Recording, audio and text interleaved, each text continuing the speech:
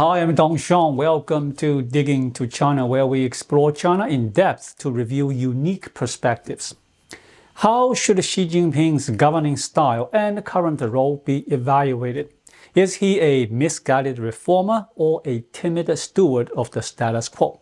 While most might argue for the former, I believe it's the latter. Xi Jinping's timidity has not only limited the Communist Party's ability to navigate its challenges, but has also destined him to be the leader who ultimately brings about its downfall. Some might argue or struggle to understand why I characterize Xi Jinping as a timid steward of the status quo. Many view him as a leader who, after taking office, pursued bold and decisive actions. Though his efforts may seem riddled with mistakes, he was at least active, often implementing initiatives with a resolute, no-nonsense approach. For instance, his aggressive anti-corruption campaign and the removal of Hu Jintao are seen as hallmark examples of his decisiveness. How could such a leader be labeled as timid? By contrast, from a traditional perspective, Hu Jintao appears more passive and better fits the image of a leader simply preserving the status quo. This perception is understandable, as many people's impression of Xi Jinping remained rooted in the early years of his leadership. In my view, his governance can be divided into three phases: the early phase after assuming office, a phase of self-denial, and a phase of chaos. The first phase of Xi Jinping's leadership can be characterized as his early tenure. During this period, Xi appeared to follow a distinct methodology, and his apparent confidence and composure in implementing it gave the impression of a reform-minded leader. Xi's strategy can be summarized as follows. In governance, he sought to reduce corruption among officials to improve administrative efficiency. In the economy, he aimed to enhance efficiency by strengthening government control over capital and implementing elements of a new planned economy. Socially, he pursued tighter control over speech to foster greater reverence for the Communist Party, thereby reinforcing political stability. In foreign affairs, his goal was to challenge the United States directly and vie for global influence. In the early years, Xi pursued these objectives with bold reforms. However, his approach yielded mixed results. Some measures, such as the anti-corruption campaign, succeeded in targeting a number of corrupt officials, but failed to meaningfully improve government efficiency. Others, such as increased control over capital and aggressive warrior diplomacy, directly harmed the economy. For the first 2 years of his tenure, the lingering momentum of economic growth from the Hu I era concealed the flaws in his policies.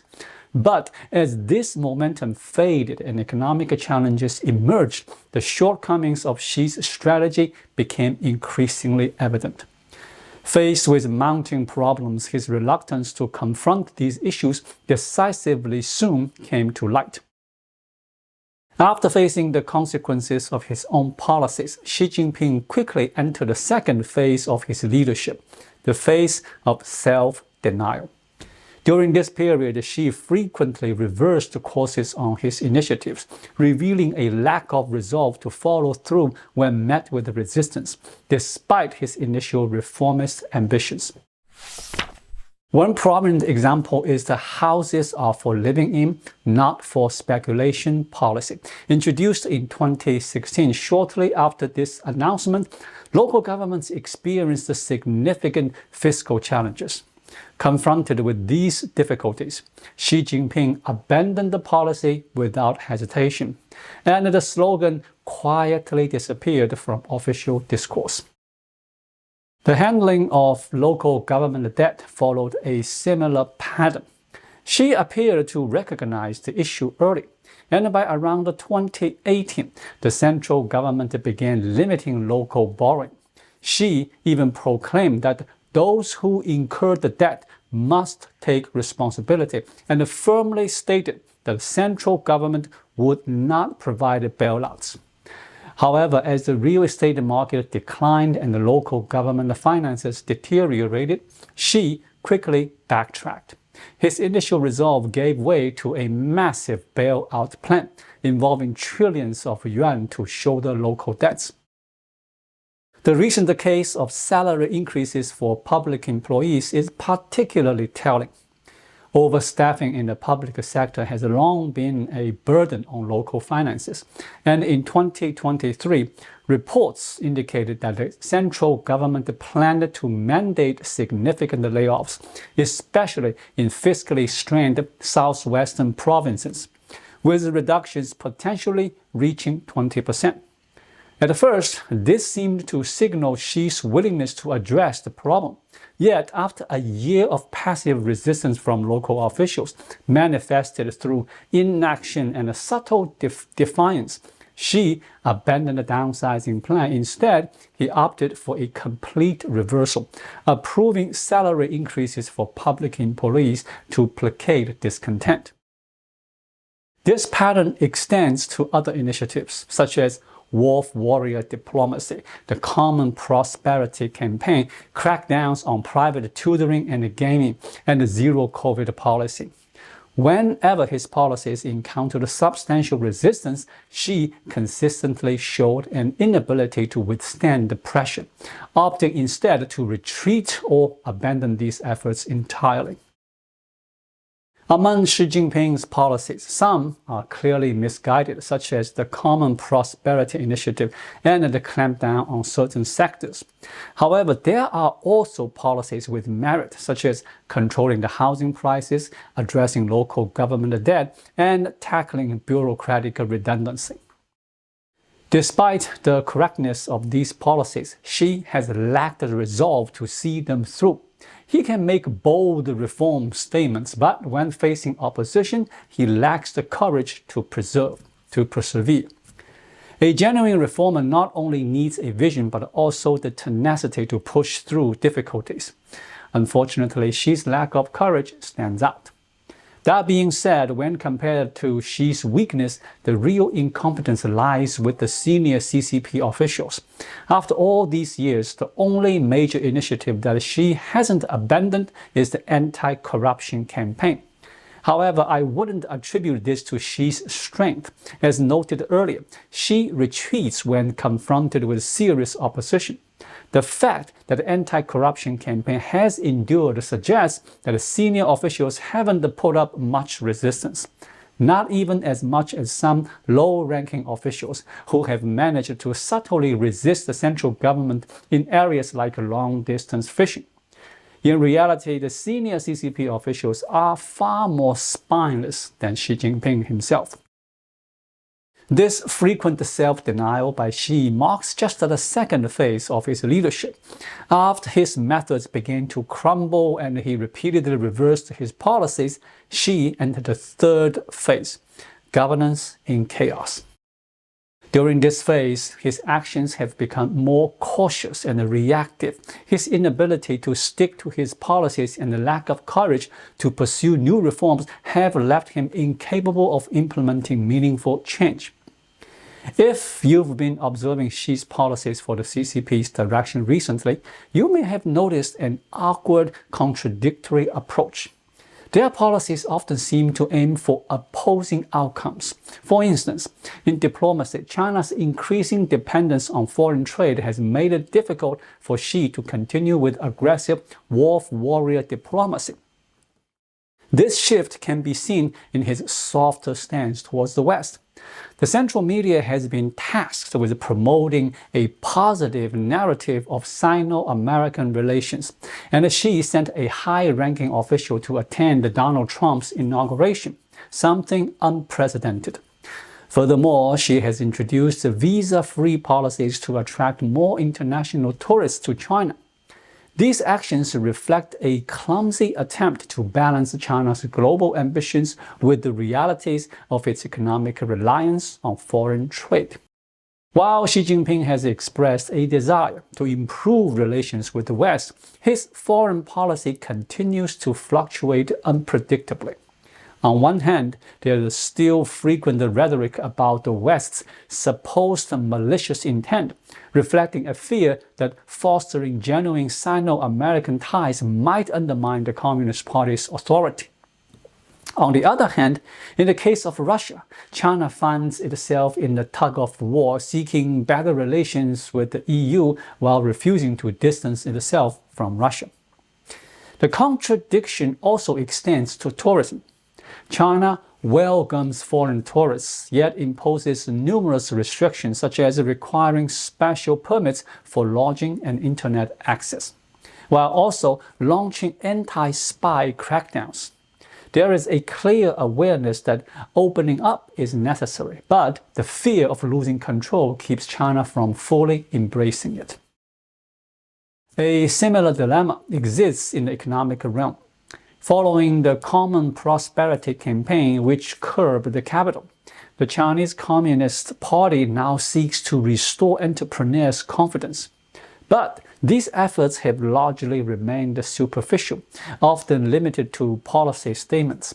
While Xi Jinping hopes business owners will stay, he is simultaneously wary of powerful figures like Jack Ma, fearing their influence might challenge the CCP's authority. In terms of foreign investment, Xi has promoted the idea of making province Hainan a free trade port to attract international capital. But since the project was initiated in 2018, there has been minimal progress.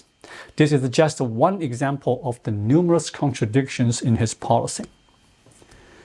After facing economic challenges, Xi seems to recognize the need for better relations with the West, market liberalization, and the reduction of censorship to boost the economy. However, his fear of losing control of the Communist Party keeps him from pushing through these reforms. He worries that engaging with the West will weaken the party's grip on power, that economic openness will erode the CCP dominance, and that relaxing censorship will allow anti-communist sentiments to spread. This indecision prevents him from enacting significant reforms. Even if he were to attempt bold changes, Xi's pattern of self-denial and reversals would likely lead to failure, as seen during his first 2 phases in power. For example, if Xi attempted to loosen internet controls, it would likely start with a trial in one city. However, the moment critical online posts appear, he would panic and swiftly reinstate censorship. This was evident in the final stages of the COVID-19 pandemic. When the central government, under Premier Li Qiang's leadership, planned to relax measures in Shijiazhuang, but when cases surged during the trial, Xi, who was abroad, panicked and instructed Li to backtrack. Soon after, the white paper revolution erupted, and Xi, further rattled, decided to open up the country again. Why hasn't the public fully recognized Xi Jinping's pattern of indecision and weakness over the years? This is partly because many perceive all CCP leaders as having similar capabilities. So Xi's weakness is viewed as the norm. However, when compared to past reformers within the CCP, many of whom were far bolder, more confident, and better able to withstand the pressure, Xi's hesitancy becomes clear. Take, for example, the question of elevating entrepreneurs to a higher political status. In previous administration, to demonstrate a commitment to reform, CCP leaders promoted figures like Rong Yiren, a red capitalist, to the vice presidency. Why can't Xi do the same and promote a respected entrepreneur into the political core? A move like this would send a far stronger signal of valuing business than issuing endless speeches or writing policy papers. If Xi truly aims to attract foreign investment and showcase China's openness, why not lift the internet firewall? Some may argue that loosening these restrictions would be too radical. But when comparing this to the actions of past CCP leaders, it's not so extreme. Take Deng Xiaoping, for example. In 1978, Deng initiated land reforms in Xiaogong village, which effectively privatized the land, an act that directly contradicted the foundational principles of Chinese socialism. At the time, this was considered a major challenge to the core of the country's system. Isn't that move far more radical than simply relaxing internet restrictions? On the matter of public sector employment, not all leaders have been as risk-averse as Xi. Xi's fear of cutting civil servant positions, which could destabilize the CCP's rule, is one of the key reasons behind his hesitation. However, China has a history of such large-scale layoffs. For instance, in 1992, 120,000 civil servants resigned, and 10 million went on unpaid leave. In 1997, the CCP initiated the restructuring of state-owned enterprises, leading to widespread layoffs, especially in the Northeast. These events occurred shortly after the 1989 Tiananmen Square protests, which nearly brought down the regime. Despite the risks, the leadership at the time took bold steps. Xi, however, has shown an inability to follow in their footsteps. In fact, when compared to even nations like Vietnam, Xi's leadership seems increasingly cautious and lacking a decisive action. While Xi Jinping was raising salaries for civil servants, the Communist Party of Vietnam took bold steps by cutting its civil service significantly. Vietnam's plan involved slashing around 20% of its public sector, eliminating 100,000 jobs, along with dismantling 5 ministries, 4 government agencies, 5 national TV stations, and 29 state-owned newspapers. Though both countries are governed by communist parties, this time Vietnam has outpaced China in terms of reform. Xi's reluctance to take risks means he can't implement any genuine reform measures. A closer look at Xi Jinping's policies, his contradictions, and his quick policy reversals show that he is not a reformer but a leader weakly trying to preserve the status quo. If this weakness were present during the Hu Wen era, it may not have caused much harm. But under Xi, it has proven to be fatal for the CCP. Historically, I believe China has been led by 3 generations of leaders. The first generation under Mao Zedong, which was driven by political struggle and the pursuit of Marxist ideology, leaving China impoverished. The second generation led by Deng Xiaoping, Jiang Zemin, Hu Jintao, and Wen Jiabao, who built upon Deng's economic reforms, effectively transitioning from communist dictatorship to capitalist authoritarianism. And the third generation under Xi Jinping. Xi has proven unable to continue Deng's reformist model, which was influenced by industrialization-based development strategies similar to those of Ching-kuo's 10 major construction projects in Taiwan and Park Chung-hee's economic model in South Korea. These approaches were tailored for developing countries, and Xi cannot continue to apply them in the same way today. Xi Jinping's situation calls for disruption and bold reforms, similar to what Deng Xiaoping did. Such reforms could range from direct democratization to a more authoritarian system like Singapore's, or even a return to Maoist policies. Any of these paths could strengthen the CCP's rule.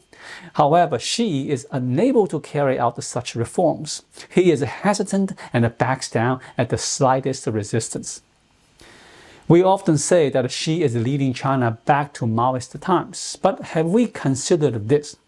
After expanding his own ideas, Xi is too fearful to make sweeping changes. He lacks the courage to take the risk that the relaxing controls and opening up might allow the CCP to maintain its grip on power while still experiencing rapid economic growth and maintaining same level of freedom. Likewise, he is too scared to pursue a full North Korean-style transformation of China, even if it lead to economic decline and unrest, fearing that the CCP wouldn't be able to weather the storm. If Xi had fully committed to his vision from the start, even at the cost of economic setbacks, he might have maintained control over the CCP. For example, if he had stayed resolute in his response to the White Paper Revolution, continuing his crackdown and reinforcing repressive policies, China could have shifted toward a North Korean model. But Xi lacks willpower. He is too reluctant to open up fully and too uncertain to close off entirely. Instead, he only conducts small-scale experiments within the existing political structure, backing away at the first sign of pushback. This indecision defines Xi's leadership. At a time when reforms are desperately needed, how can the CCP expect to survive under Xi? It's not unreasonable to say that Xi could be the one to bring about the CCP's downfall. His nickname, Chief Accelerator, is certainly fitted. Thank you so much for watching. If you find this video helpful, please like it, drop a comment below, and hit the subscribe button right here. It really helps YouTube suggest my video to others. I'll be back with more content soon. Until then, be well.